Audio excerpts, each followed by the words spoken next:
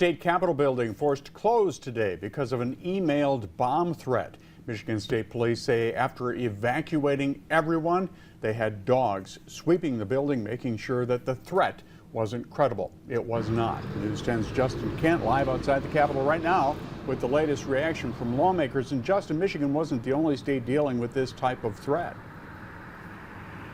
Yeah, David, the state capitals of Connecticut, Georgia, Kentucky, Minnesota, Mississippi, Maine, and Montana, also Hawaii, evacuated today after receiving similar threats. All those threats were deemed non-credible. Here in our state capital, lawmakers are telling me that today's threats hit a little too close to home.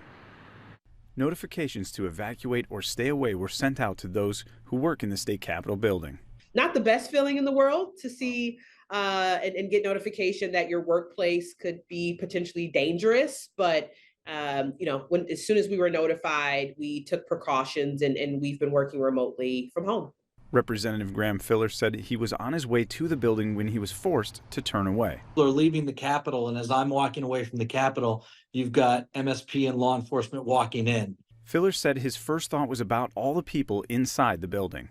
I mean, when you just think of the Capitol on a normal day, you think of janitors, you think of security guards, you think of staffers, and just to know that just because they showed up at a government building, they might be in danger, that's a really scary thought. Thomas Holt, who is an expert in cybersecurity at Michigan State University, said tracking down who might be responsible for these threats could start with the email header. You can gather a lot of information from the headers, which contain information about the IP address, where it originated from.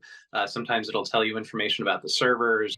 Senator Anthony said despite the threats, lawmakers will return to work tomorrow and continue trying to improve the state. It's always jarring when something like this happens, but, I'm a tough cookie. Michigan Senate Majority Leader Winnie Brinks responded to the bomb threats earlier today on social media saying, quote, "This was a frightening situation for everyone. I'm incredibly grateful to the men and women of the Michigan State Police, Senate Police, and House Police who sprung into action to protect all who work in and visit the Capitol building," end quote. Now, these bomb threats, they come after an recent string of swatting calls to public officials like Maine's Secretary of State and Georgia's Representative Marjorie Taylor Greene over the past several days. Live in Lansing, Justin Kent, News 10. All right, Justin, thank you. Two people